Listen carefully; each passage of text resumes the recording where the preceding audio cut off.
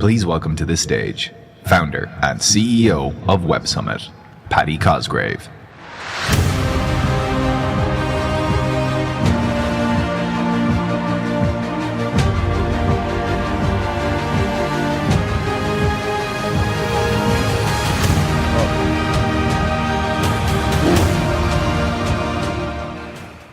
Wow, you're very welcome to Web Summit.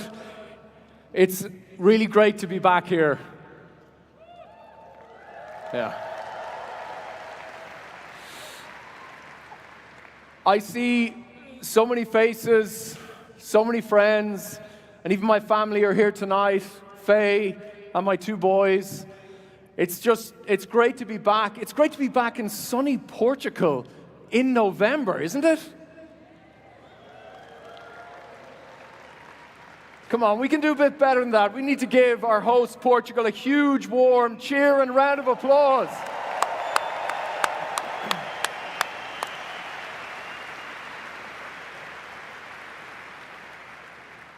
Welcome also to all the startups who have traveled from every corner of the globe. We have the largest number of startups ever exhibiting across our venue over the coming 3 days.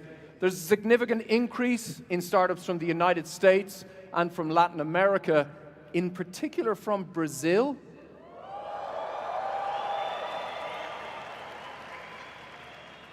Come on, Brazil, you're like the loudest motherfuckers ever. Let's do that again. Can I hear you, Brazil?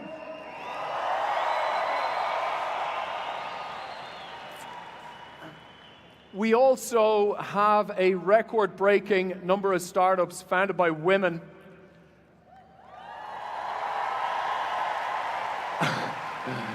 At 44% of the nearly 3,000 startups exhibiting over the next 3 days are female-founded, which is absolutely stunning.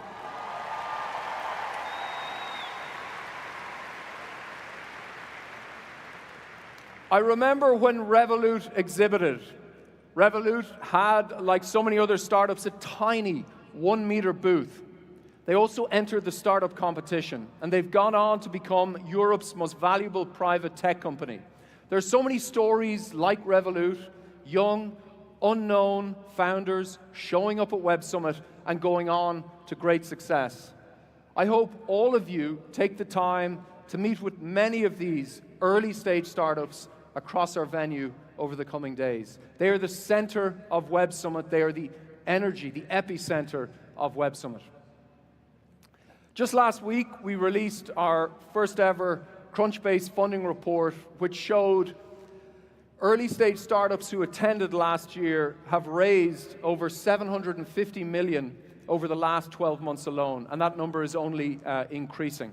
And so I think you just can't forget, over the next 3 days, when you're out there meeting all of these young startups, some of them are going to turn into incredible success stories in the future, and you just never know who you're going to meet. Now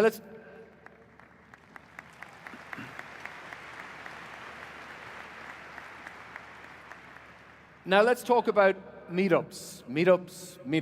We've had the most significant changes to Web Summit in more than a decade for this year's edition, and it's all about meetups.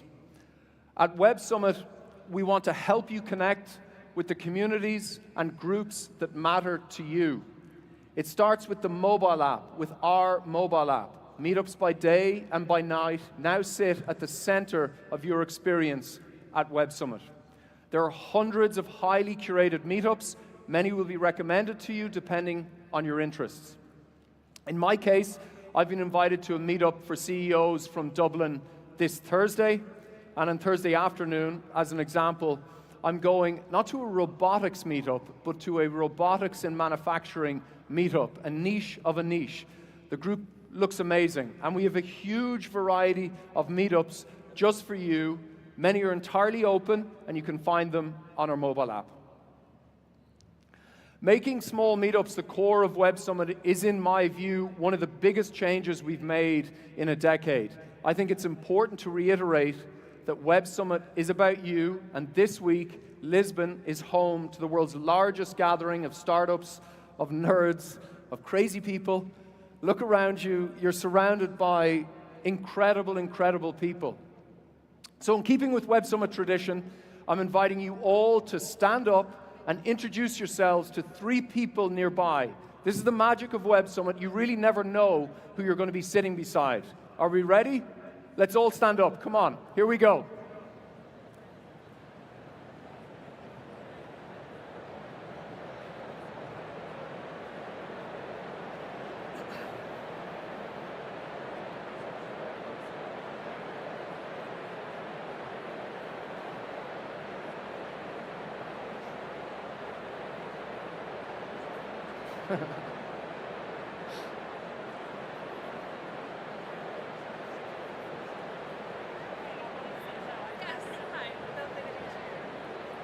Hi, Cloud. Hi, Cloud.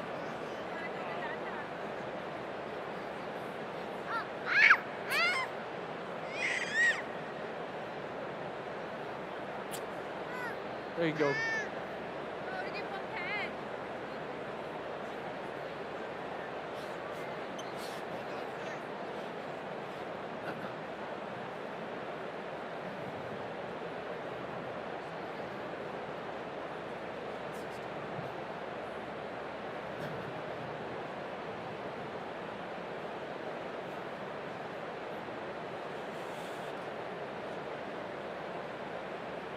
Now comes the hard part, getting everybody to sit down. There's going to be lots of time for networking over the next 3 nights and 3 days. So I'm going to ask everybody to slowly sit down. There'll be lots more time, lots more time. Thank you, and we'll get back to the program. Thanks so much, guys. This past year has been a remarkable journey of highs and lows. Guys, there'll be lots more time for networking. Will we get a round of applause?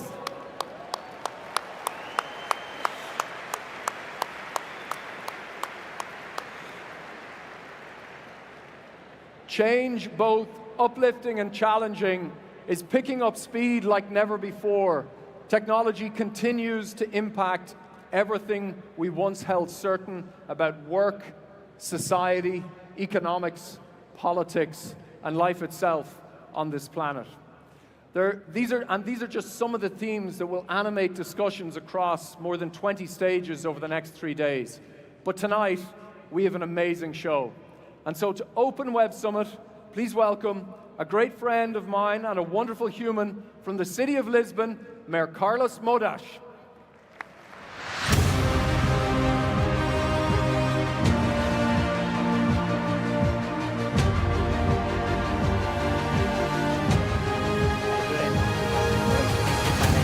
Thank you. Welcome to Lisbon. Thank you so much. So much energy every year that I come here, that this year I came to tell you thank you. Thank you because last year when I was here talking to you, I came here for asking for your support. I came here to ask for your help because at the time we were a candidate to be the capital of innovation of Europe. Imagine that. And I asked you, please help me to achieve that dream. And 2 weeks later, we were selected and we were awarded 1 million euros, and we are today the capital of innovation of Europe. Thanks to you. Thank you so much. Thank you so much. And you know, the story of Lisbon, to get to the point of being the capital of innovation of Europe, is a little bit like the story of so many of you, right? It's a story of belief, it's the story of discipline, and it's the story of audacity. Belief because when we said that we wanted to be that capital of innovation, no one believed in us. No one believed that we could make it. Some said to me, no, Lisbon is too small.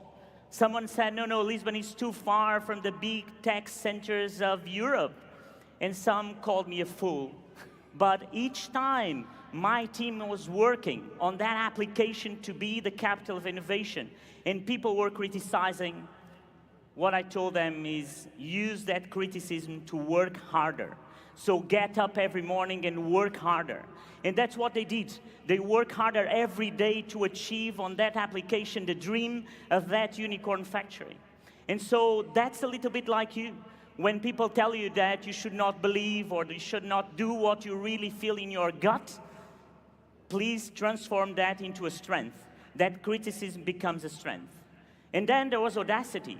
Because you know, when you look at Portugal, a country that at the time when we started the application had around 7 unicorn companies, and we wanted to dream bigger, and we were not afraid of dreaming bigger. We said to ourselves, we can have more unicorns. We can have unicorns from all over the world. I don't care if they're Portuguese or not.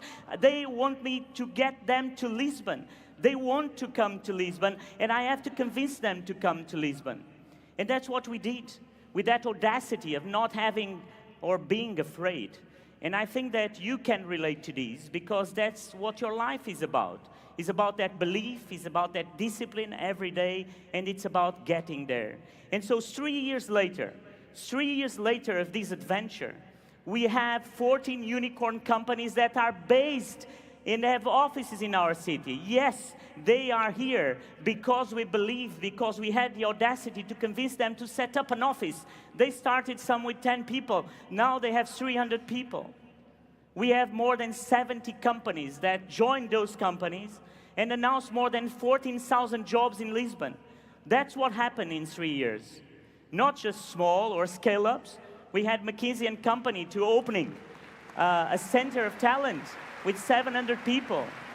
We have Deloitte building a tech campus with another 2,500 people. We have that in Lisbon because we believed. And tomorrow I'm opening the unicorn factory for AI of Microsoft in Lisbon. Do you believe that? Yes, we are doing it, and we're very happy, and it's thanks to you. But you know, there's something that I wanted to give you as a message, because I've been working in innovation for the past 15 years of my life. I'm an engineer. And you know, this is about creating jobs. And innovation is about jobs. And we created these 14,000 jobs. But then how do you keep innovation at the top? And I think there's just one solution to be at the top, is that you invest in social welfare. You cannot have a city that does not invest in social welfare and is good at innovation. Because if you have social friction, then you destroy innovation. And so that's why, you know, we focus on that, because innovation has to be sustainable. That's why today in Lisbon, you know, all the people that are young and the elderly people, they don't pay public transportation. That's because of that. That's why today in Lisbon, 12% of our population lives in municipal housing at affordable prices, and we are investing more 560 million for more units and more housing for people. That's why the elderly people in Lisbon have a pension health plan that gives them access to doctors 24 hours a day. And that's the really secret sauce of innovation, my friends, is that if you keep the balance in between people like you and protecting people that are vulnerable every day, then you have innovation that is sustainable. That's the story of Lisbon, and that's what some of you, I would say a lot of you in this room, after you believe, after you have the discipline, and when you get there to the top, and I'm sure that so many of you will get there to the top, you have to give back to society.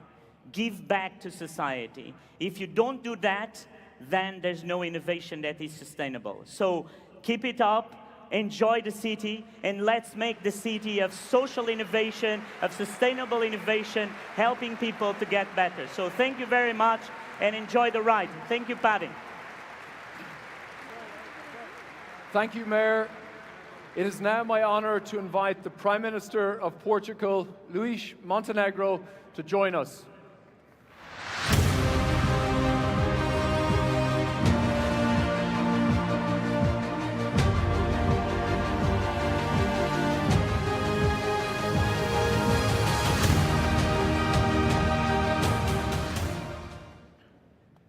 Good afternoon. What a great image. Welcome to Lisboa. European Innovation Capital, and today, World Startup Capital. Welcome to Portugal, Europe's West Coast. 500 years ago, the Portuguese navigated throughout the whole world, departing from Lisbon. Today, we want those who charter and navigate to digital and artificial intelligence world to discover Portugal. I will now turn to the Portuguese language. In the end, you will understand why. Caras e caros amigos, caro Pedi e caro Carlos, aqui em Portugal, em qualquer altura do ano, qualquer um de vós pode estar, pode fazer surf ou mountain bike, ao nascer do sol, ao final da tarde, e reforçar a inspiração, seja para um dia de trabalho no início do dia, seja para gozarem o descanso no final de um dia de trabalho. Somos um país com muita qualidade de vida, onde se podem e devem inspirar para poder criar inovação e tornar a nossa sociedade mais desenvolvida, aproveitando também a inspiração destes 9 séculos de história desta grande nação. Uma história muitas vezes disruptiva, uma história carregada de cultura, de tradição e sempre com foco na inovação, na descoberta, na conquista. Aqui podem beneficiar de uma excelente localização geográfica e podem também aproveitar este local para fazer a ponte entre a Europa, a América e a África. Isto permite, de resto, uma conectividade especial, concretizada seja nos cabos marítimos que unem as nossas comunicações e a internet, seja porque aqui podem também desfrutar de fontes de energia renovável. Aqui encontrarão um ambiente multicultural, aqui encontrarão séculos de história de respeito pela diversidade e sempre com o foco no ecossistema da inovação. Tem aqui um espaço para poder desenvolver todo o vosso talento, com uma relação com o talento português, mas aproveitando, como disse agora o nosso Presidente da Câmara, o talento que vem de todo lado. E podem também aproveitar um crescente e vibrante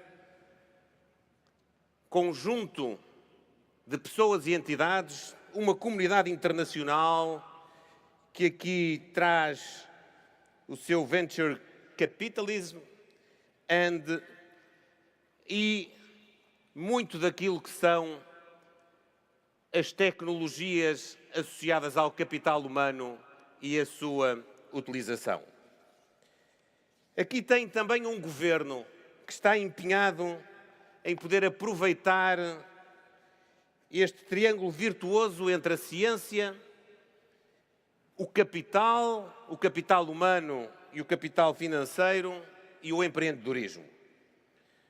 Um país que quer passar a ciência, o conhecimento para o mercado, para a vida das pessoas, com celeridade e escala. Speed and scale are key words. Queremos que as startups aqui nasçam, tenham aqui o seu scale-up e se tornem grandes empresas. Estamos a traduzir essa visão nas nossas políticas públicas. Lançámos um ambicioso programa para acelerar a economia, estamos a baixar os impostos para as pessoas e para as empresas, declarámos guerra à burocracia, queremos atrair e reter o talento mais jovem, estamos a desenvolver políticas de estímulo à investigação científica e à inovação e a traduzir esse investimento em desenvolvimento económico e empresarial. Este nosso novo mundo tem de estar ao serviço das pessoas. Entre os múltiplos desafios que enfrentamos, eu destaco a transição climática e energética. No ensino, termos oportunidades para todos.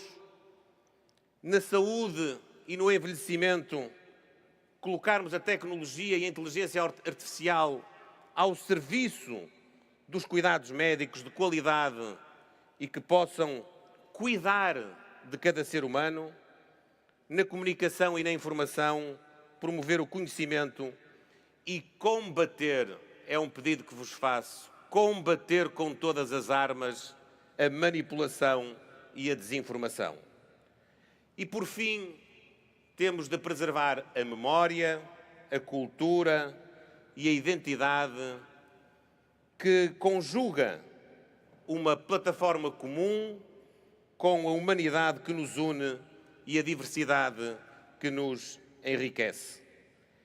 Esta ambição está em curso, esta ambição tem séculos de história e esta ambição entra agora numa nova etapa. E eu estou a falar português para vos poder dizer aqui e agora, em primeira mão, que no primeiro trimestre de 2025 vamos lançar um LLM português, Large Language Model, para inovarmos em português, preservando o nosso idioma e utilizando a nossa cultura ao serviço da inovação. Sabemos que é um passo crítico.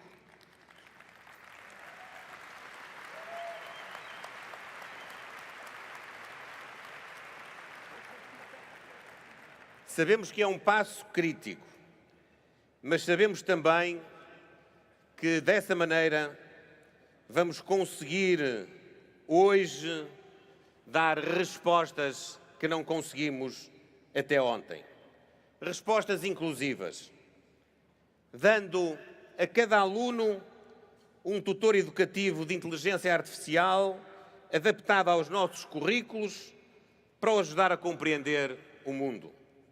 Dando a cada cidadão o acesso aos serviços da administração pública de forma mais simples, mais direta e personalizada para responder às suas necessidades. Dar a cada empresa a oportunidade de projetar os seus serviços numa era de inteligência artificial também em português. Vamos a isto. Let's do this. Keep up the great work and enjoy Portugal. Welcome. Once again, welcome to all of you.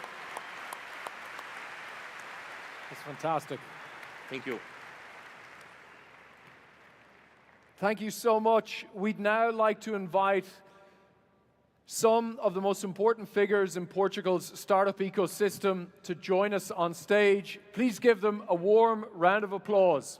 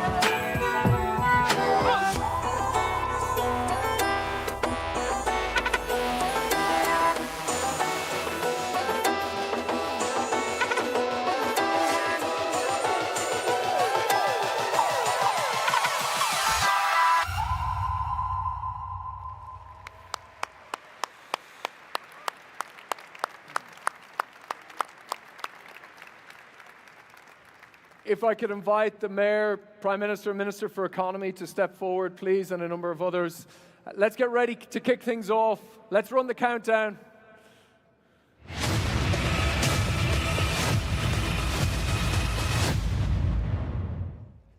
Yo.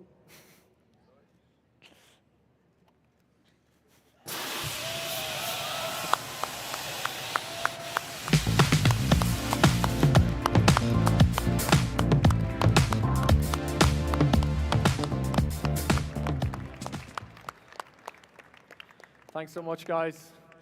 Thank you very, very much. We'll continue the program in a moment. Thanks so much, guys. We'll leave the stage now. Thank you. Yeah, you can stay.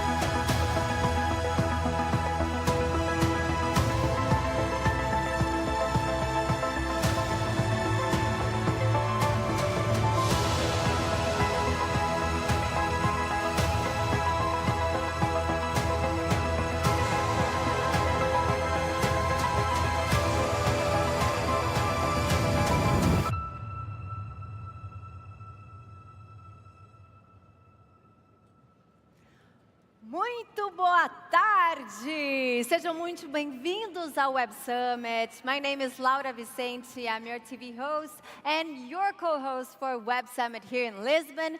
Now, I want to get to know some of you guys. Hi, what's your name? Marcio, where are you from? I'm from Brazil, Oh, me too! Where in Brazil, Marcio? São Paulo. Yes, the best city. So, is this your first time in Web Summit? Yes. I think there's some other people from São Paulo here. Can I hear some love for my city of São Paulo? Okay. So is this your first time in Web Summit? Yes, the first time. How are you finding it so far? It's amazing. The structure, the people, everything's stunning. Incredible, incredible. Thank you, Marcio. Enjoy Web Summit. What about you? What's your name? My name is Julia. Julia. Where are you from, Julia? I'm from Ukraine. Ukraine. Yeah. Yes. Tell me, Julia, what does it feel like to be in Web Summit? Could you repeat? I'm sorry. What does it feel to be in Web Summit?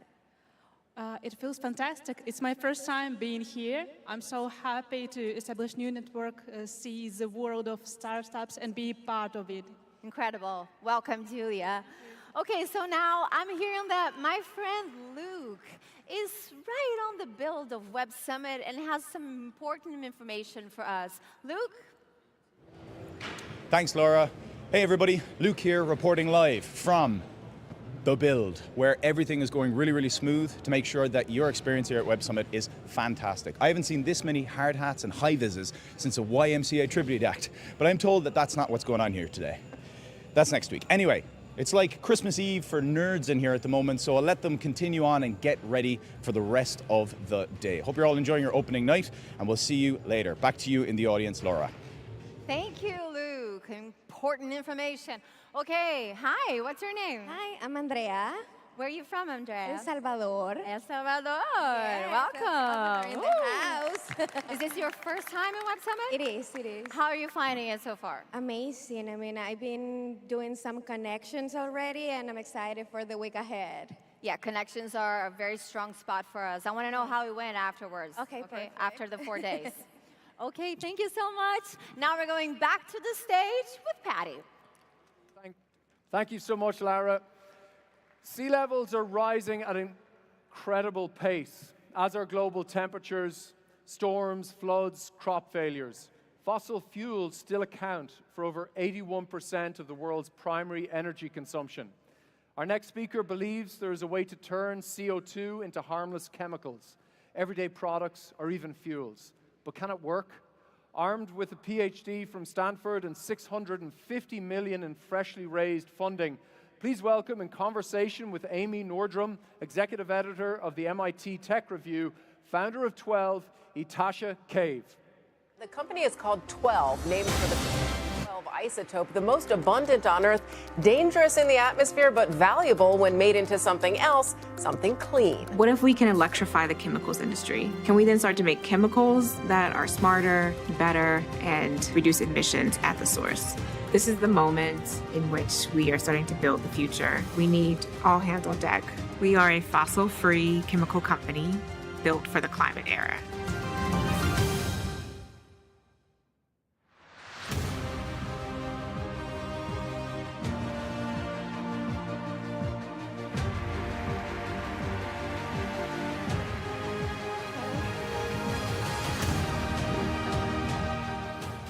Wow, what a crowd. Yes, from all around the world. So amazing to hear all these stories.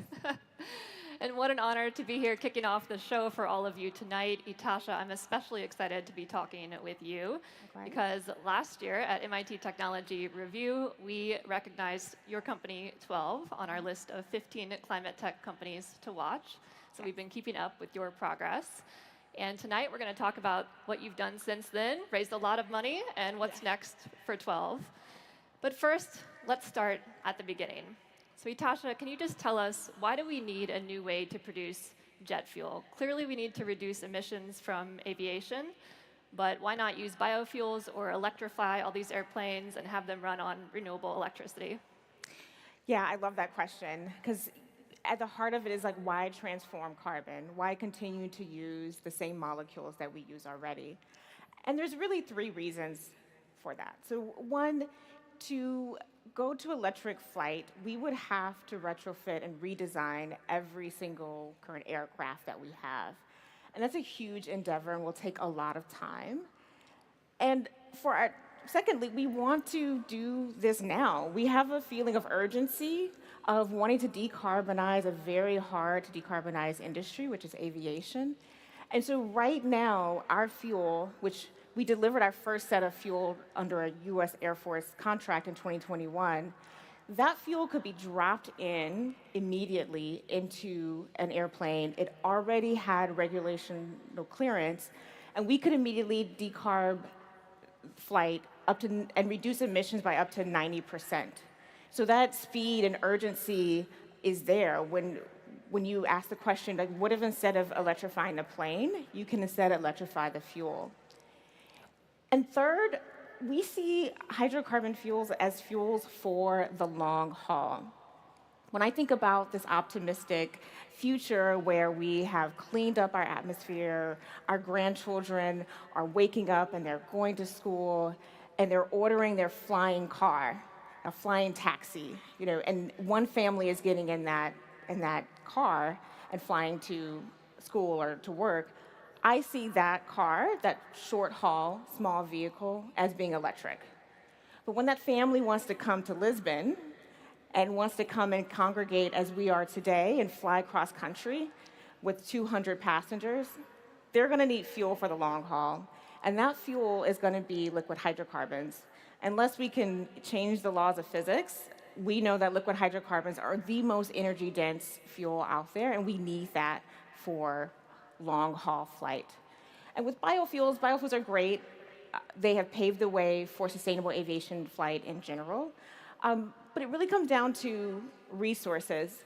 So with our fuel, we can use up to 500 times less land and up to 100 times less water to make a fuel that can, again, decarbonize flight up to 90% per gallon. Wow. So how did you arrive at this idea that air itself could be transformed into jet fuel as well as so many other kinds of chemicals? Yeah, when I was a grad student at Stanford University alongside my co-founder, Dr. Kendra Kuhl, we were reading about work from a professor in Japan. So Professor Yoshio Hori, he was one of the first professors to take a bottle of club soda, so CO2 dissolved in water, and he put 2 metal strips in that club soda mix, and he applied electrical energy. And he saw bubbles coming off of that metal strip, and he tested those bubbles and saw that gas was 2 hydrocarbon molecules. And throughout the course of his work, he identified up to 4 or 5 molecules that could be made from just putting those 2 strips of metal into that club soda. So when I was in graduate school, we said, can we use more modern equipment and engineer those metal strips to produce even more molecules? And we did that. So we identified up to 16 new molecules that we could make by, again, just putting 2 metal strips into club soda, applying electrical energy. And each one of these molecules represents a multi-billion-dollar industry, and we make those molecules currently from petroleum. So we just asked the question, like, if we can make these molecules from CO2 at scale, can we start to grow our economy, make these materials and chemicals that we use and love, but have a lower carbon footprint while we're doing it? And so we decided to start a company after graduate school, when I needed to get a real job after graduate school, so we did that. And what made you decide that that was the right time to begin a company that, as you say it now, focuses on what you're calling carbon transformation? Timing is everything with a startup, so why did that feel like the right time for you? Yeah, well, there are 2 things. One, the Prime Minister kind of touched on this, like, I think you mentioned the science triangle. Well, we saw this kind of golden opportunity of technology and policy and demand. Like, people were wanting to do something about climate while growing the economy and looking at carbon as a more expansive molecule, one that we, again, if we can use CO2 and make these materials, we can expand our economy instead of contracting. The second thing was that we got into a program at Lawrence Berkeley National Lab, and Lawrence Berkeley National Lab is in the hills in Berkeley, California. And we were surrounded by scientists and equipment such as sophisticated spectroscopy equipment, sophisticated imaging, sophisticated gas analysis. And we started to take our work that we had done in graduate school and started to build a reactor that could scale. And one of our first lessons we realized was that carbon dioxide is a very stubborn molecule. We could not get any significant results in those first even few hundred experiments that we did. And I remember there was one moment right before the Christmas holidays when we were saying, okay, we've done all these experiments and the lab is about to shut down for 2 weeks. What are we going to do? And there was literally 2 factions. There was like Team Christmas, as I'll call them, who wanted to just do a Hail Mary run, like combine all of our ideas together, go to the extremes of the recipes, and just do one run that would go over Christmas. And there was kind of Team Go Home, who was like, let's just go home and like figure it out in the new year. And so Team Christmas won out, and we did our first experiment. And for the first time, it almost felt like a miracle, where we were able to get our first long-term, stable, and non-trivial amount of carbon dioxide converted.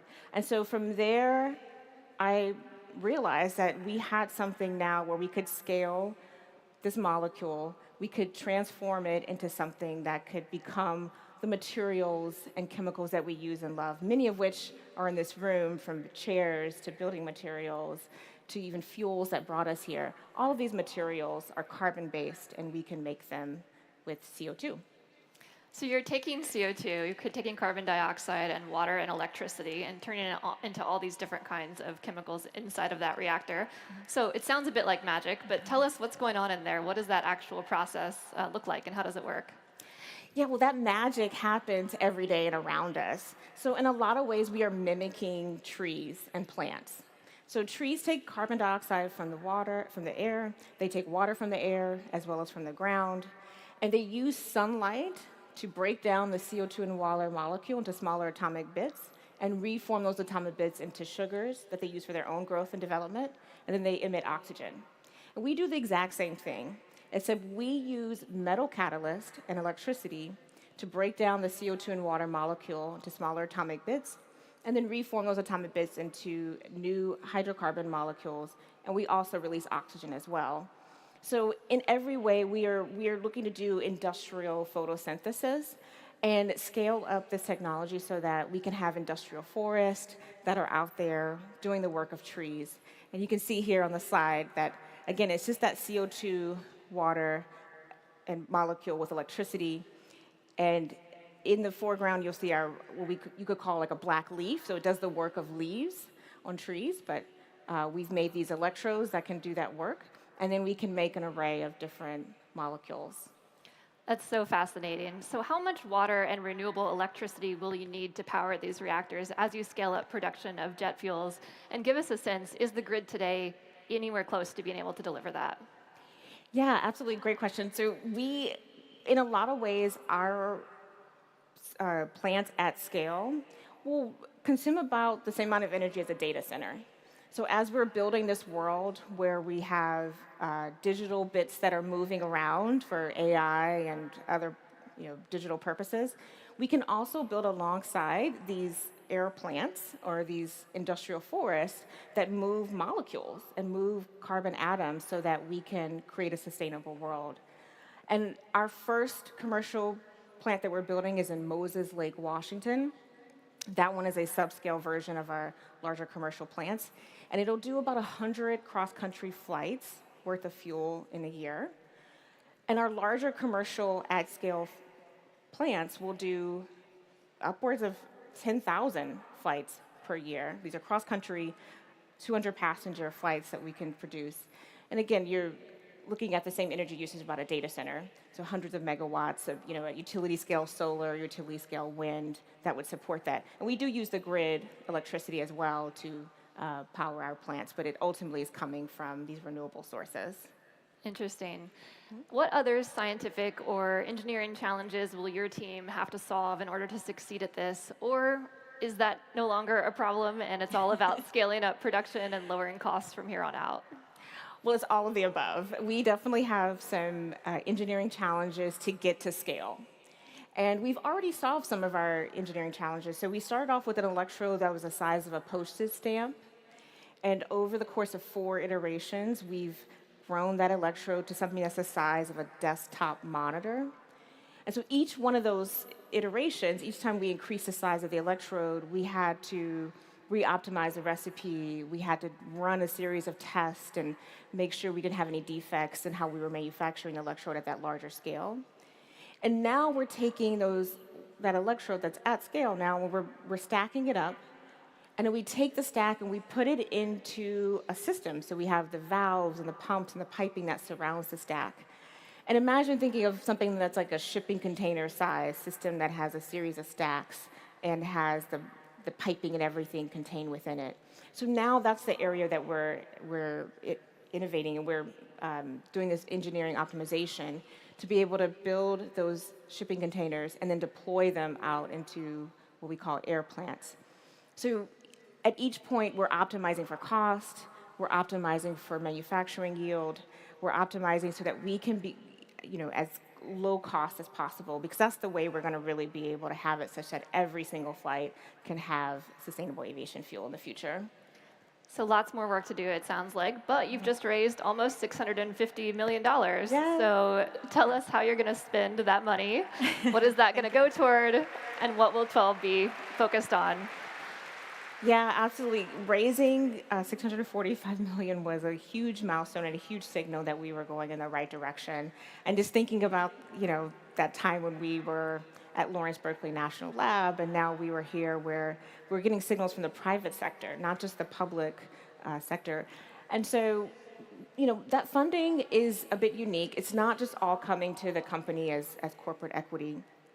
It is a climate stack, as we call it. So a large portion of it will go to project financing, so project equity. So when we deploy and deliver our large air plants, that funding will be drawn down as we meet several milestones. So as we make the design, we complete design, as we secure the land, as we start to build. And so we'll use that funding to have project equity.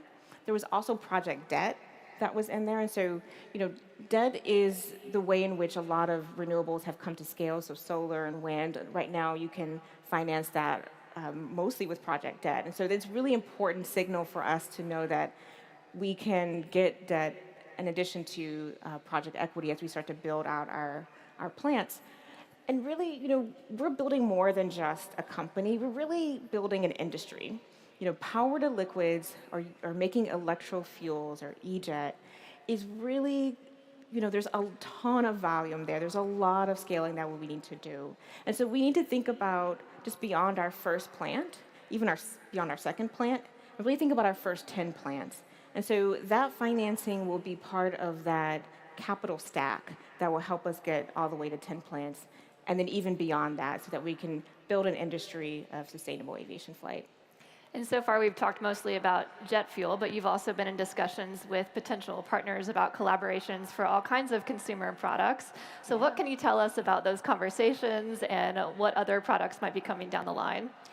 Yeah, absolutely. So in addition to making jet fuel, we make a hydrocarbon blend that can become materials and other industrial chemicals.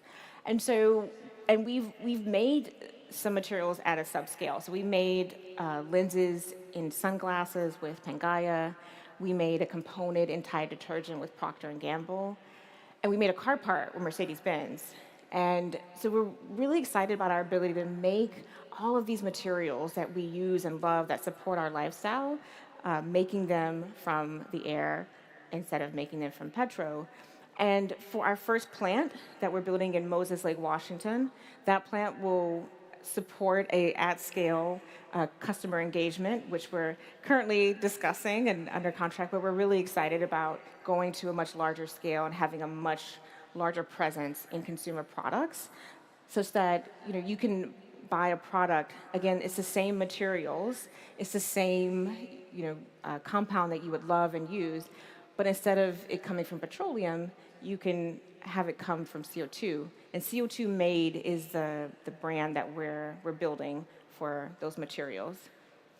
And how else might this technology be used in the future? You mentioned to me possible applications in outer space, so tell me more about that. How could this evolve from here? Yeah, so on Mars, over 95% of the atmosphere is carbon dioxide. And they've shown that there's water there too, in subsurface areas. So we see a world in which you could have a small colony on Mars and use our technology to mine the atmosphere for CO2, use water that's from the subsurface, and again, make all of those materials and even rocket fuel to have people come back. And you can make all of that while you're on Mars, so you don't have to transport the molecules from Earth to Mars or even the moon. There's some sightings of CO2 and water there, and you could have the same effect, same technology to build out these materials. And even beyond that on Earth, which is our current focus, we want to see a world in which all of us can take flights and continue the lifestyle that we love. We can grow the economy, we can create jobs, and we can lower our carbon footprint at the same time. And so, we hope to create a world where you can go and you can purchase the products that you already use, and instead of purchasing something that is made from oil, as nearly 96% of the materials we use right now are made from oil.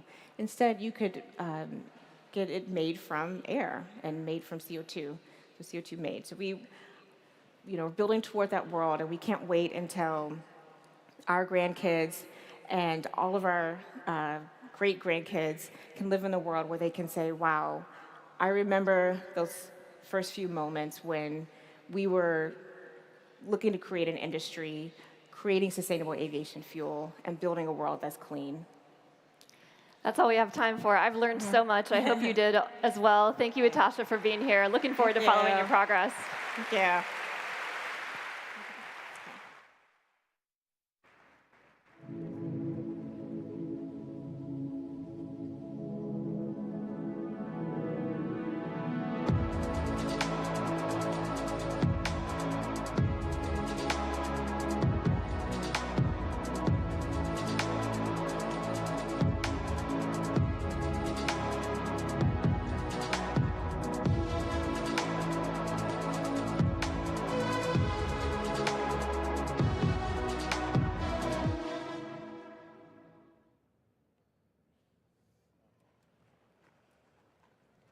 Hey guys. Nobel laureate Geoff Hinton warns of AI's risk to humanity. At the same time, many technologists argue it could help save the world. With so many AI-focused speakers, this year's Web Summit has become one of the world's largest AI gatherings. Please welcome Nick Thompson, CEO of The Atlantic, to the stage in conversation with Thomas Wolfe, co-founder of one of the world's most talked about AI companies, Hugging Face, and president of the Future of Life Institute, Max Tegmark. The arrival of intelligence of a non-human form is really a big deal. Fake videos corrupting elections, job losses, increase the gap between rich and poor. The upsides here are tremendous. I'm beyond excited to cure cancer, solve climate change. AI is the most profound technology, more profound than fire or electricity. Alan Turing predicted the default outcome is machines take control. The machines take control.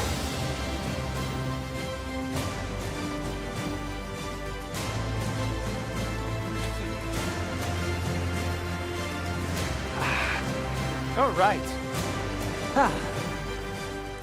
Thank you, Patty. It is amazing to be here with you, Max, Thomas.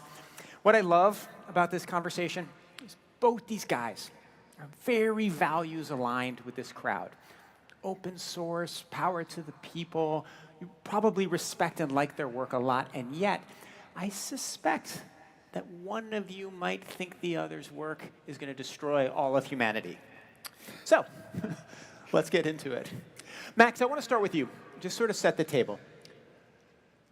How comprehensible will the world of 10 years be? Will it be compared to today, like what today is like 10 years ago? Or like what today is compared to 50 years ago, 100 years ago? How fast is this happening?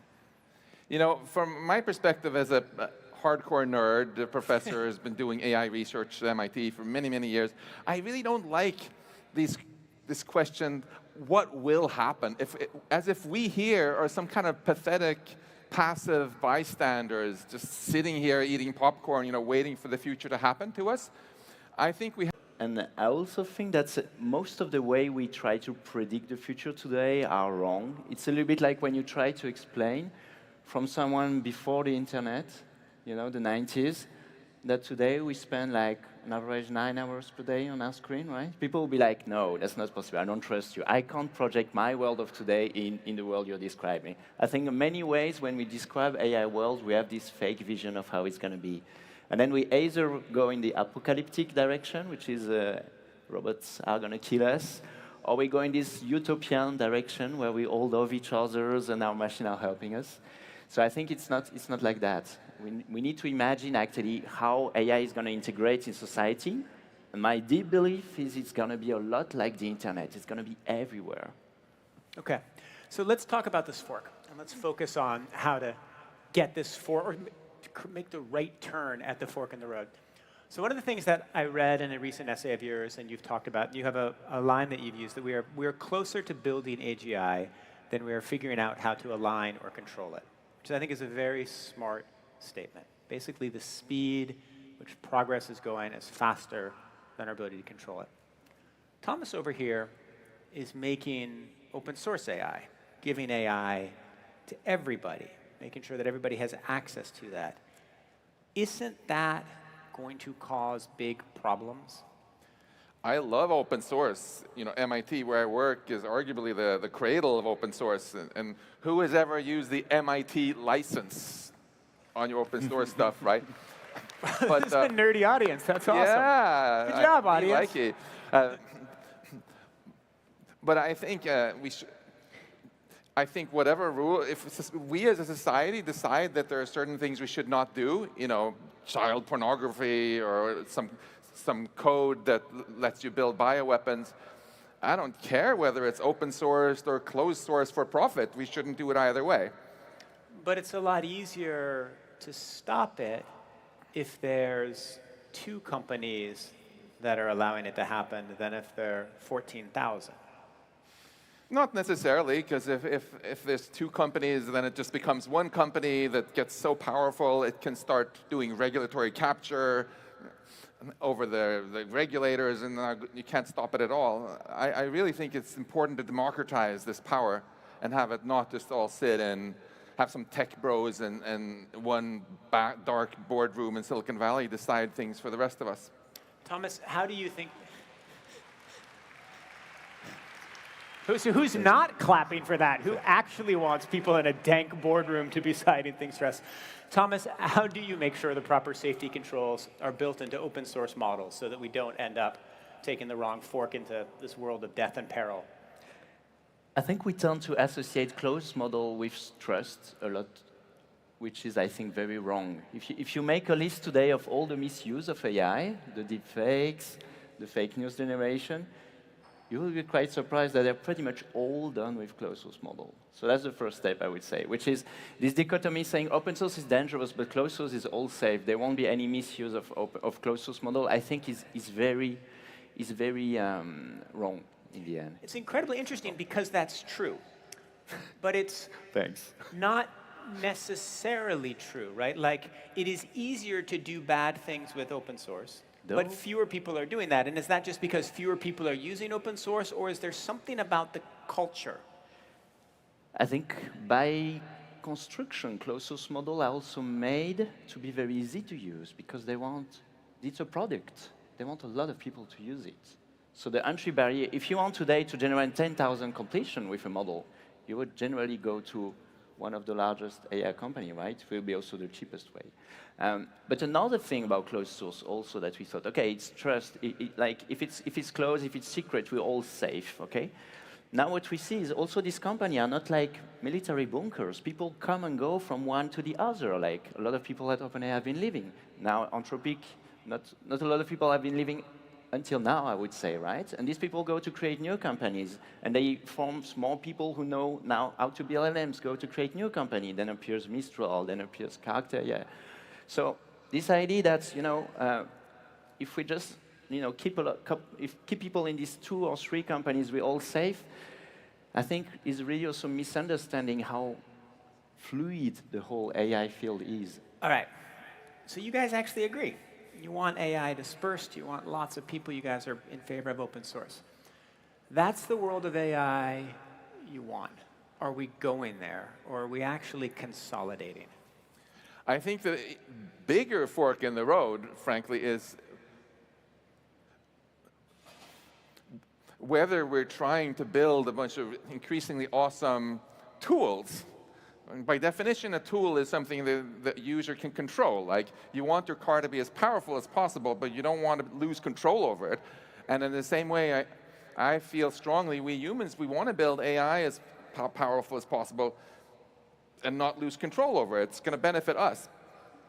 And if you listen to someone like Jeff Hinton warning that we're going to lose control if we build AGI, he's not thinking of this as just another little technology like the internet. He's thinking of it as building a new species that's way smarter than us, robots, building robot factories.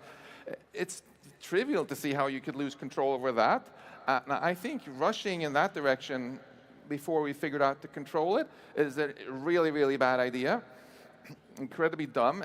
And it's also, interestingly, unnecessary, because I've been going around here talking to people about all the things they're excited about with AI, and it's all tool AI. Someone wants to cure cancer, someone wants to turn CO2 into jet fuel, etc. This is tool AI. We don't need AGI to have all these great benefits. But I agree. I think the direction towards AGI is the biggest error the AI industry has made. But that's where we're going. That's where all the money is pointed right now. I disagree with this inevitability framing that we're going there, whether we like it or not, so just suck it up. I think it's too pessimistic. It's gloomers going around and saying this. Suppose I told you that, I have a new, I'm a biotech guy. It's inevitable I'm going to release this new medicine next year. I'm hoping I'll make it safe first. If I went to the FDA, they would laugh me out of the office. And if we have a society, just some safety standards, just like all other industries have, saying you can only sell tools once you show that they actually are tools and can be controlled, then we can have all these great things that you're trying to build here at Web Summit. And the people who want to build AGI will have to wait until they can demonstrate to the experts that they've figured out how to control it, which they can't right now. Thomas, can we talk about robotics for a minute, actually? Another one of your passions. So I saw Jeff Hinton in the intro video, and we've mentioned him on stage. So I was at Collision in Toronto, sister conference, a year ago with Jeff Hinton, and I was interviewing him, and I was about to go on stage. And I'm with my 2 older sons. And he says to them, "You guys going to go into media like your dad?" And my oldest son says, "No." And Jeff says, "Good." And then my son says, "What should I do?" And he says, "You should be a plumber. That won't get taken away by AI."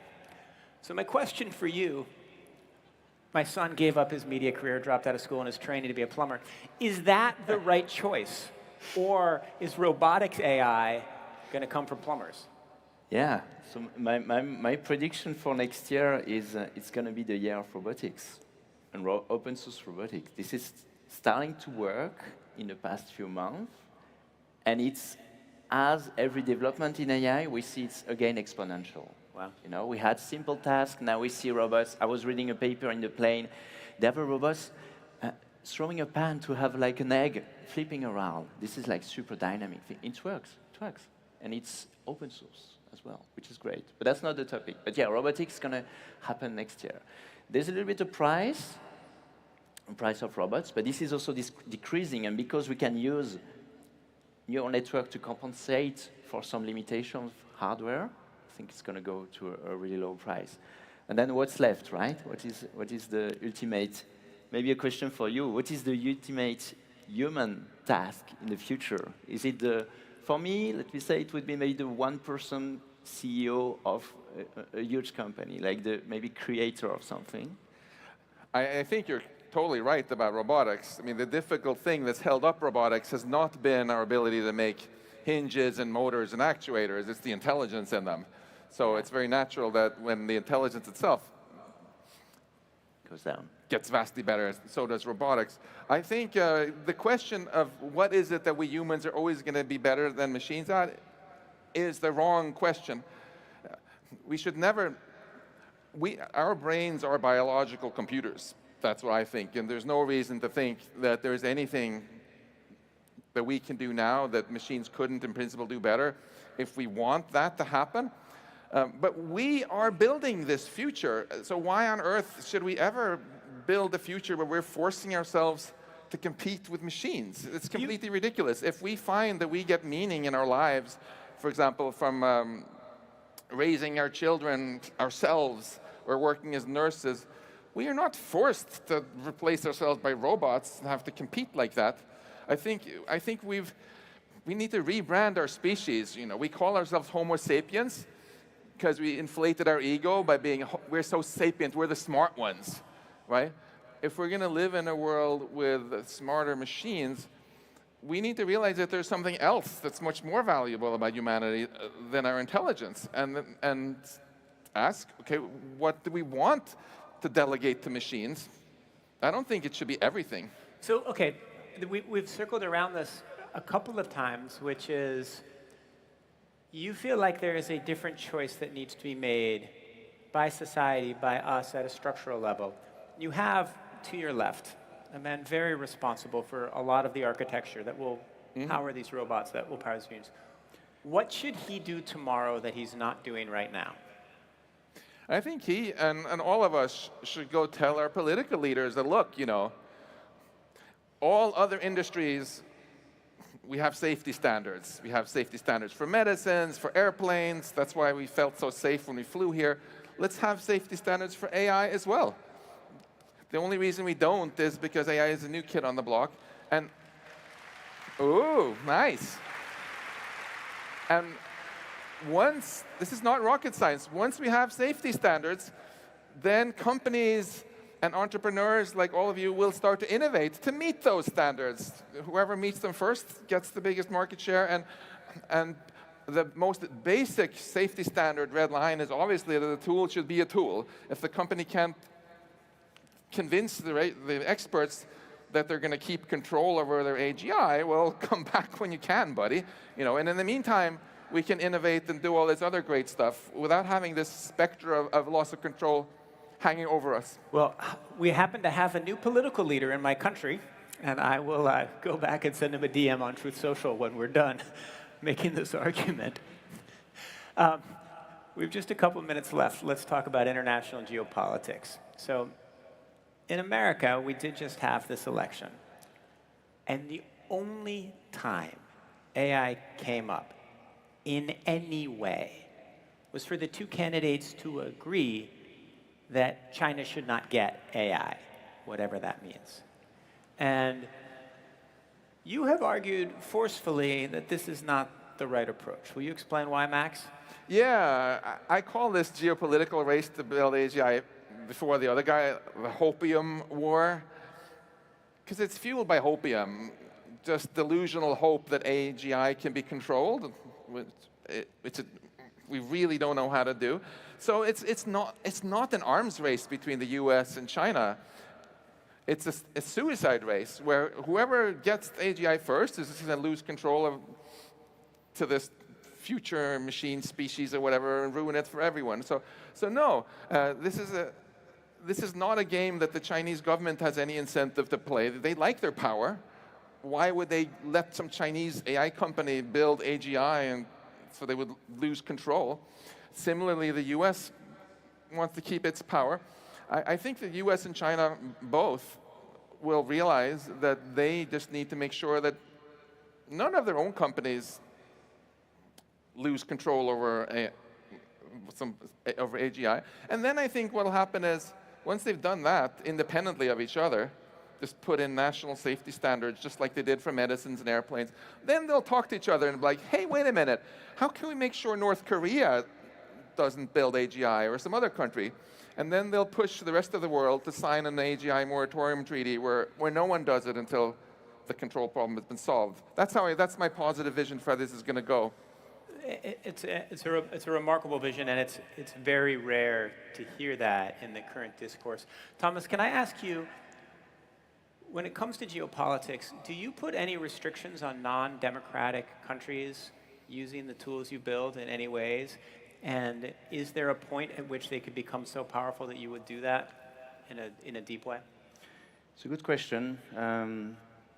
So we are actually rather hard to access from China because we didn't spend really the time and investment. I think generally we are like a European, US-based company, but it's also true China is growing a lot. The best open source model, I was telling you, some of them are Chinese today, right, Quan? Yeah.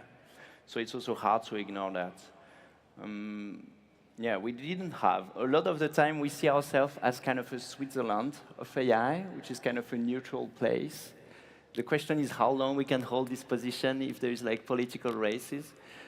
For now, we've been able to hold this position. Switzerland's fine when you're making chocolates, right? But if your AI is being used for something bigger, I think for harder. now, AI is a lot of chocolates. We should eat it and enjoy it and build great product with it. But maybe in the future, yeah, it's going to be more dangerous.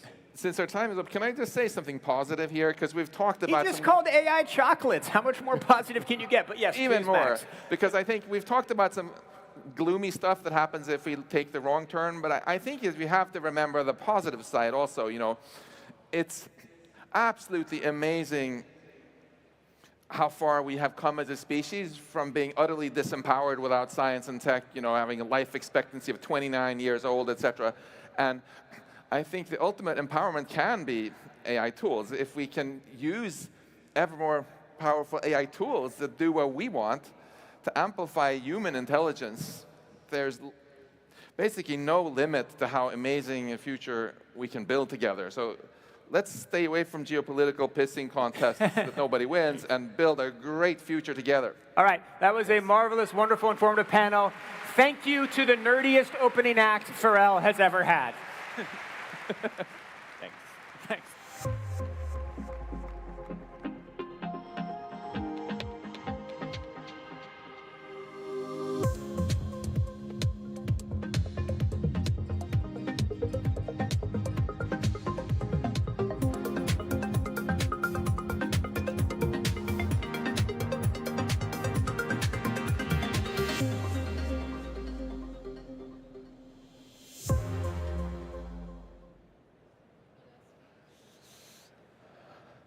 And now for our final talk of the evening.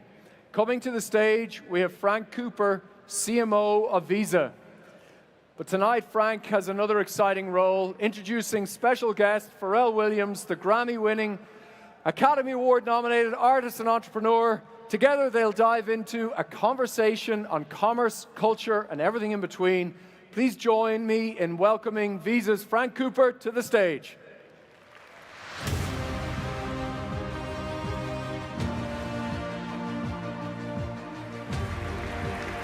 Thank you. Thanks so much. As all of you know, we have a special guest joining us tonight, and it's no surprise right now. But we're going to talk about this intersection between culture and commerce. And one of the things that we recognize at Visa is that commerce doesn't operate in a vacuum. Among other things, it's shaped by culture, and it also shapes culture. What we buy, why we buy, how we buy, even the things of value that we exchange, it's all deeply cultural.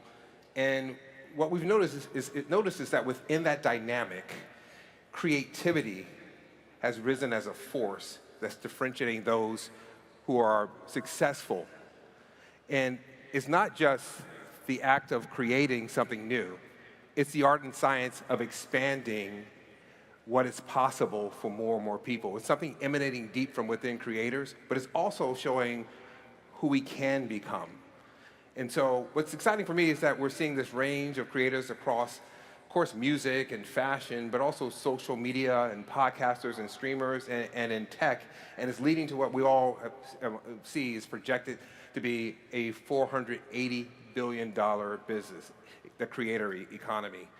And so one of the things I'm proud to announce today is that Visa is going to start treating creators as small businesses within our network. They're going to receive the same tools, the same access that any other small business has. They're going to, of course, Visa business credit and debit cards, but also payment controls, also kind of payment infrastructure platforms. And for us, that's a very, very exciting step for us.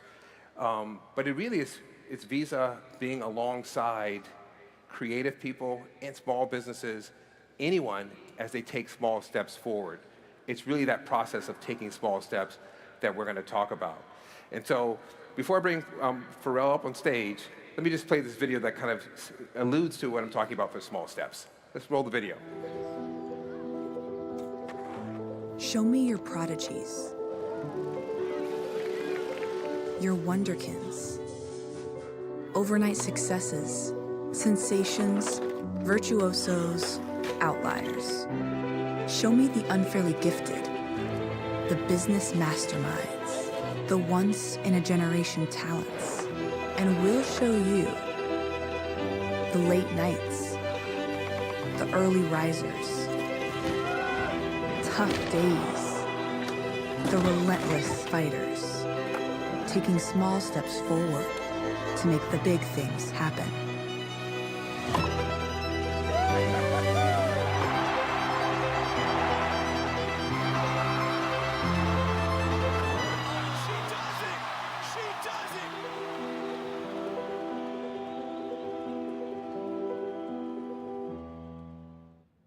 With that, we're very fortunate. Thank you.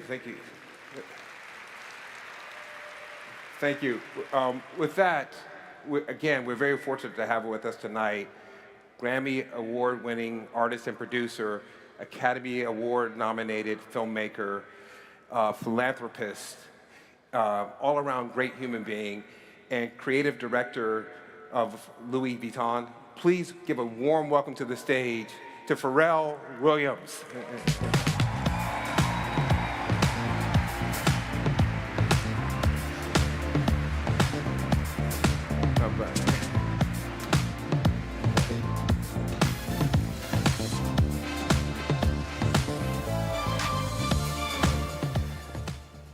Whoa. Welcome.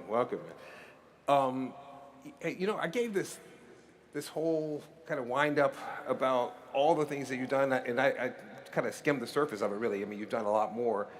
But I think I want to dispel that whole myth of overnight success. Okay. And so I want to go back in time a little bit and start early before your career had even started. And so we're back in Virginia Beach, you know, you were thinking about what you might want to become. I'm curious, like, what were some of the sources of inspiration, the things that inspired you? Because, like, I know your company was called Star Trek Entertainment, so I assume there's something around that. The things that inspired you and the people that inspired you. Well, first of all, thank you for having me.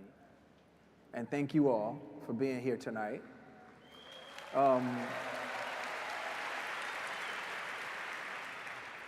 really wish that I had some amazing, poetic, symbolic origin story. Yeah. But really what I was a child who was filled of imagination. And there were, you know, I came from a federally subsidized household. And then we moved to the modest part of the suburbs. And we couldn't afford things like a lot of my classmates could. So I daydreamt. I used to sketch all the time when I should have been doing my schoolwork. And I also thought about the things I really wanted that I wish I could have.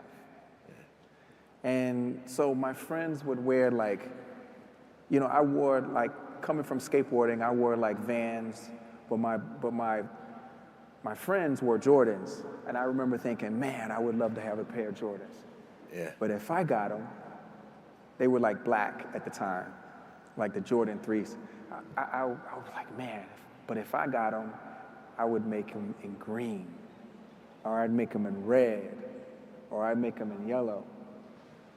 And then 20 years later, they did end up doing that. Right. But at the time, you know, that imagination, that fostered imagination came in handy when it came time for me to, like, when I started making music, you know, my imagination that was like getting me in trouble in school, and the imagination for the things that I wanted and the way that I wanted things to show up in terms of product, that ended up working out for me later. Right. And so I never dreamt that we would ever end up, you know, having a professional career in music or anything like that. I just knew that I loved music so much. Once I heard Tribe Called Quest, I just was like, wow, this is amazing, and I want to learn how to do this. I want to figure out how to do this thing. Yeah. And so then I met Chad Hugo, and then a couple times a week after school, you know, every week, a couple times after school, we would go and like make music on these very small, cheap keyboards, one called Casio, another one called Korg. And we just never looked back, and we just did it so much. And then ironically, you know, this big producer, I lived in Virginia Beach, Virginia, by the way. There was no music industry there. Someone just shouted out Virginia Beach. Yeah, Virginia. Yeah. So there was no music industry there. Yeah. And all of a sudden, this big producer who had done Michael Jackson and a few other really big artists. Teddy Riley. Yeah, Teddy Riley. He pops up and parks his studio, ironically, next door to my high school. Not 5 years after I was there, or 5 years before I was there, right when I got there. Huh. So it was this weird thing. So we have this talent show, and that's how we got discovered. And I went right into music. And so dreaming of the way that I wanted to make shoes one day materialized. You know, making music all the time and being so like slightly delusional about not being like responsible as a young man growing up and trying to figure out how to really get a job because I just love music so much. Right. That worked out for me. So I wish I could say that I had this really responsible journey, but it wasn't. It was kind of like I was blinded by my delusion and ambition and my unwavering love for music. No, I think it's a great origin story because, you know, you're in Virginia Beach, and I'm not saying nothing's happened in Virginia Beach, but it wasn't a lot happening. It was not. It wasn't a lot happening in Virginia Beach. It was not happening in Virginia Beach. And just kind of imagining what's possible, to me, that's a beautiful story. Not to geek out too much on this, but no worries. A Tribe Called Quest and Q-Tip. Like, what was it about deities? That moment, man. Yeah. Native tongues, De La Soul, Jungle Brothers, Tribe Called Quest, even Leaders of the New School, even Black Sheep. These people shaped the way I thought about music. It made me feel a certain kind of way. Between that and skateboarding. Yeah. Skateboarding is the lenses that I look at everything through. And while I wasn't the best, you know, that sense of achievement when you land a trick, yeah, just, you never let that go. You know, you're like, yes, man, you've been working really hard to get this trick, and when you finally get it, it means the world to you.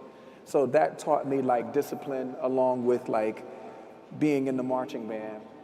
That taught me discipline as well.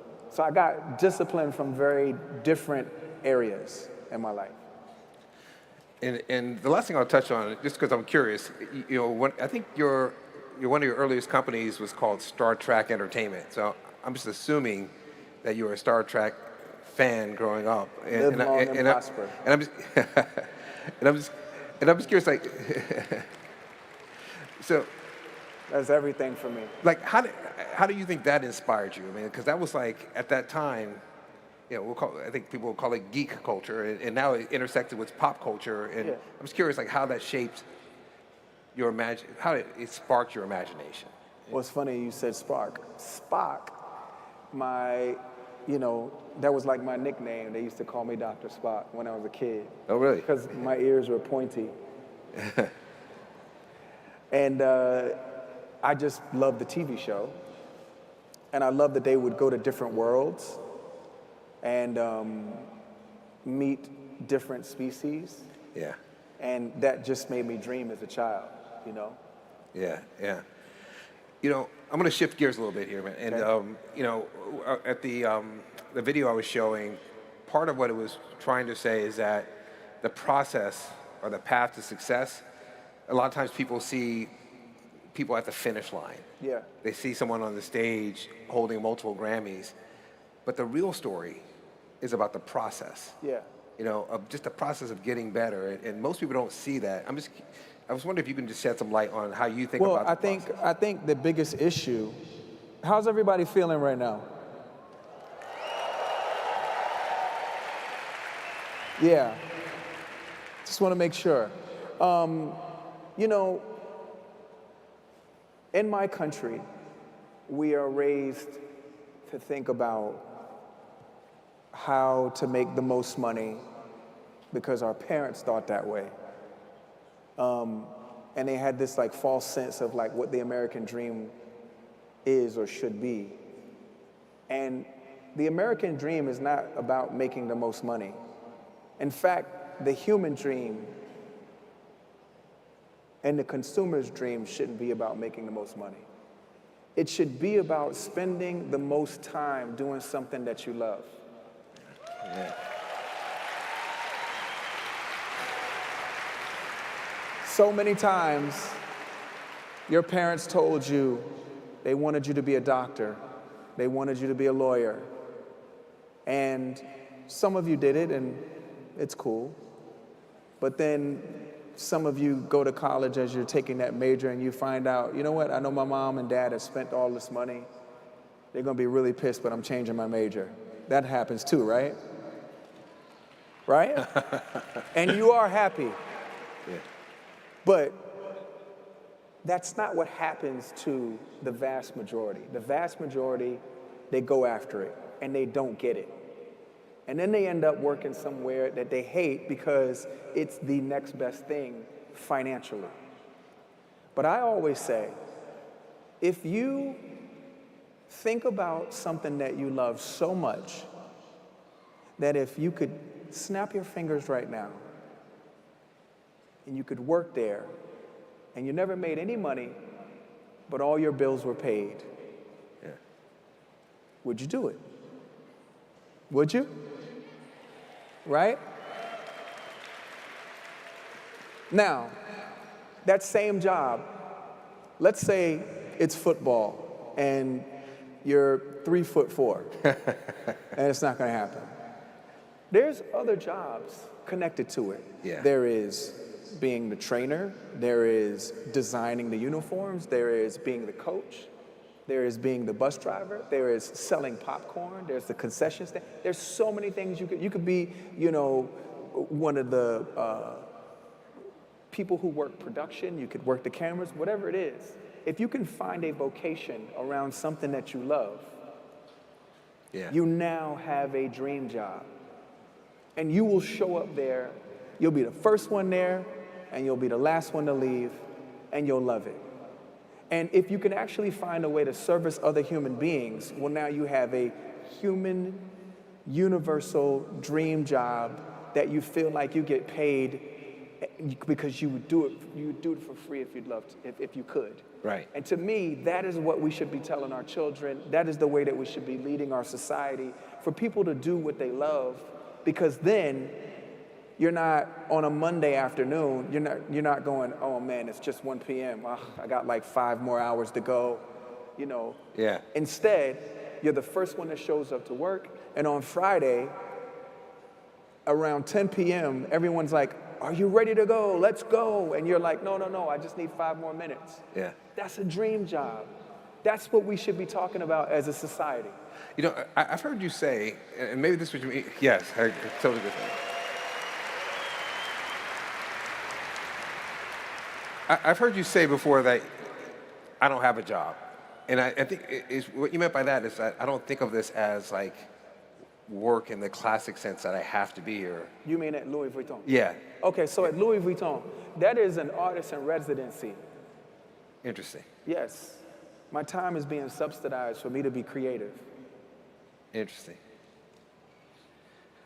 So would you consider that, okay, so you said it's not a job in what sense? It's not a job. I've never looked at a check. Like, I'm being subsidized to be creative. And did you ever imagine you would be in that position? Because what I'm getting at in a way is that part of, because I love this idea of don't have a fallback plan in the sense like a plan B. If you're going to fall forward, right? And you'll discover new things. But part of that is discovering new things. Like sometimes you don't know a certain job even exists or a certain opportunity. You know, there are industries that haven't even been created yet. Like how do you remain open, I don't know, to the universe or to the opportunities? How do you adapt as change is happening in front of you all the time? I have always had strong faith and a tablespoon of delusion. You gotta have a tablespoon of delusion because that's what helps you stay focused on what it is that you see. So much you can taste it, so much you can smell it, so much you can feel it, you hear it, you see it. You have to have that. And when you don't have that, then you don't have conviction. Yeah. And you need conviction. You've got to be convicted to do what you do. That's when you become the most reliable, the most dependable. That's why I like, you know, when you and I first start talking, and I'm here on behalf of you and Visa, like the relationship that we have now, our first conversation was about things being deeper than just pure superficial and material transactions.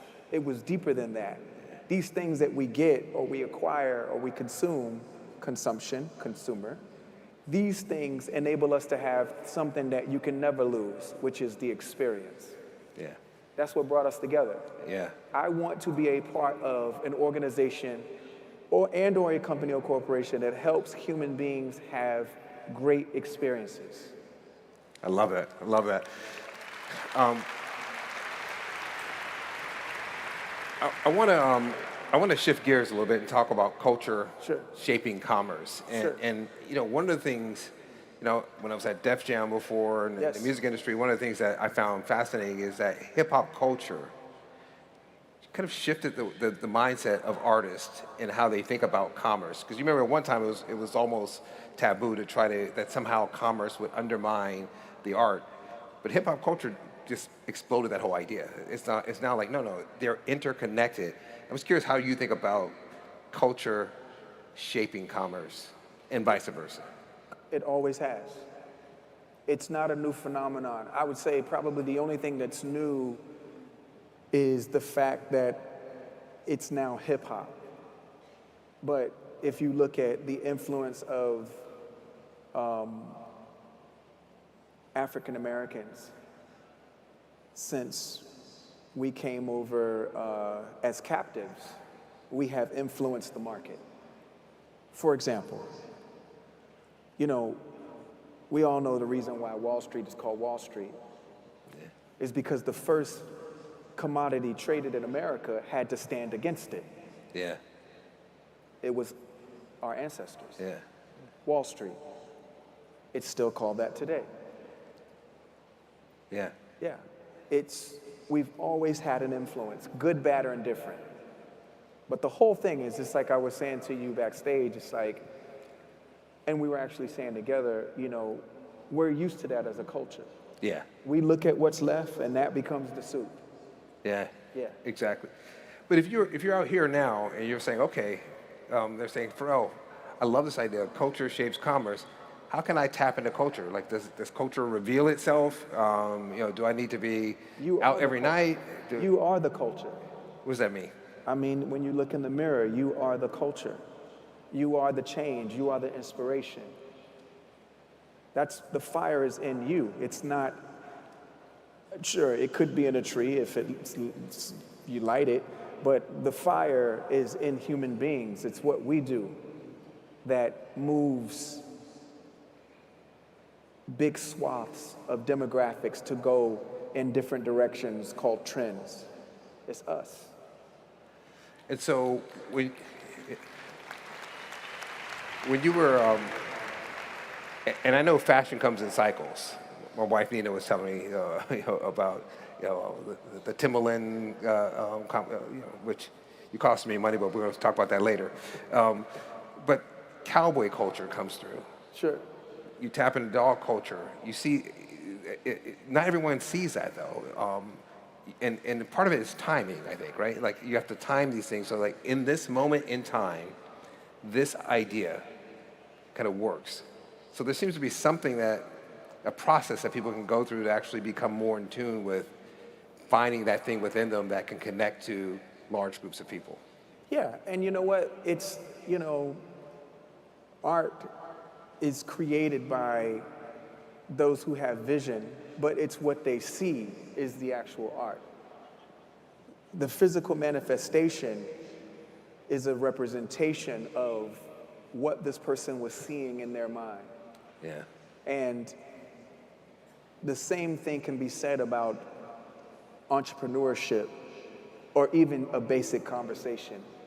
It's what you see in your mind, and it's what your perception is and your perspective made manifest through either a sentence, a startup, or a t-shirt.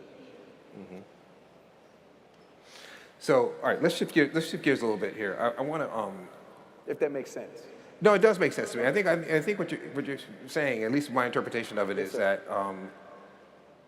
this whole idea about the culture is a distraction because you're looking for some mythological thing that exists out there. You're saying the culture is in you. It's you. And how you are connected to other people. Absolutely. The ocean is the sum of trillions and trillions of drops of water. Yeah. And when it all comes together and coalesce, you get waves and they ebb and flow. But remember, every drip counts. And that is the culture. It's this amalgamation of all these really special human beings moving in different waves that ebb and flow. So in large part, it's having the confidence and believing in your own kind of uniqueness and what some may call quirkiness. You got to embrace that because that drop is as important as any other drop. Absolutely. But you have to embrace that. Absolutely, yeah. And you got to be you, and you got to vibrate, and you have to illuminate. Yeah. And if you don't do that, then you're a waste of space. All right, I hear you. I hear you. I want to touch. You know, part of what what we do now at Visa, and I've been in financial services, I've been in the music industry, but what's fascinating to me about financial services and culturally is that we're now thinking about the full spectrum of financial well-being, how you earn your money, how you spend it, how you save it, how you invest it, how you give it. And we talked a little bit about how you earn the money and finding purpose and their sense of purpose. I want to go to the other side of it, how you give it. And I know you have deep involvement with a couple of philanthropic organizations you started, Black Ambition and Yellow. Yep. And before we go into Black Ambition in particular, I'm just curious, how do you think about giving back? Is it, to you, charity, philanthropy, empowering others? Like, what's the motivation for you? It's universal. You have to give back to that which is given to you. Mm-hmm. It's the way that it works. Mm-hmm. We have, each one of you have a responsibility. You gotta give back to that which is given to you. You may think that you're responsible for everything, but you're not. You do not create the opportunities that come before you. You do not create the odds that come before you. You have the ability to attract it because your spirit and your readiness and your self-awareness is ready to participate in these things that come before you. But you're not responsible. And if you're not responsible, then you have to give thanks by giving back because it's given to you. Your life is a gift. The present is a gift. That's why they call it the present. Yeah. It's a gift. You got to give back to that which is given to you. Love that. Love that. And Black Ambition, but thank you. I love that. Seriously. And believe that. Yes, and I sir. believe that. But so Black Ambition in particular, that's one of the main things you're focused on. What is it? Why are you invested in it? What do you hope comes out of it? You know, Black people in America, the world at large rather, but just in America, you know, we're always asking. We're always pleading. At times we're begging. At times we're shouting for our equal share. We helped build the nation. We came over as free labor. We were not only the workforce, but we were the currency. A Black person costed as much as the cost of a Cadillac today. We were currency. We were traded on Wall Street. We don't have much to show for it, except disproportionate education, disproportionate health care, disproportionate medicine representation. Like, these things hurt us. Yeah. And they set us back generations. But, you know, our recent ancestors fought for equality. My whole thing is, you don't have to ask when you have your own.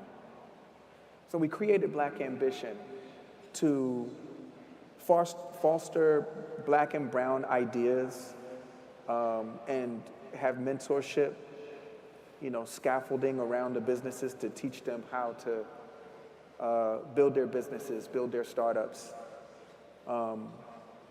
And oftentimes, like, you know, you're always trying to you're vying for a seat at the table.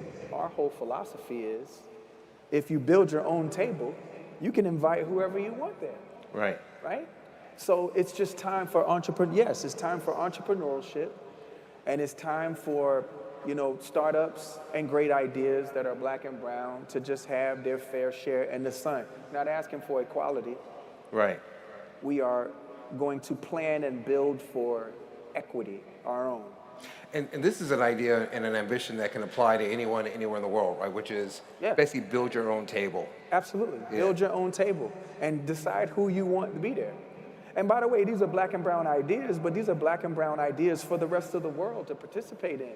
Yeah. We want consumers of all types. We're human beings. Yeah. There's so much divisiveness out there right now. And I don't know how you guys feel. Some people feel one way about the election. Some people feel another way. You know, me personally, I see myself like as a merit civil servant. I'm going to serve human beings, the needy, the people, the innocent, the voiceless. I am going to serve them no matter who is in office. Yes. Yeah. That's my universal job. Yes. I love that, Pharrell. They're flashing the lights. I'm suddenly going to start playing the music. So we have to stop. I could spend another hour talking to you. I have so many more questions. But to one of the great human beings of the world, please thank again Pharrell Williams for making time for us.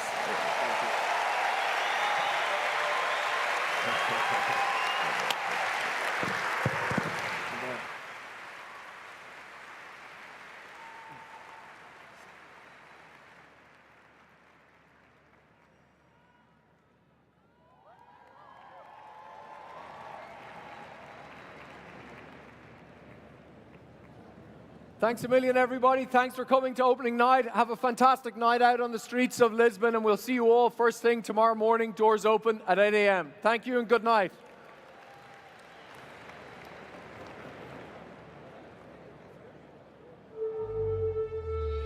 Almost no one wins in the version of the future that we're on track for.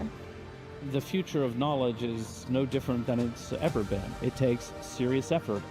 If the globe is in a recession, we're going to have that many more problems to solve. Innovation solves problems. It becomes more important during these times. No matter what your story is, there's a fundamental belief that whatever you're making needs to be in the world.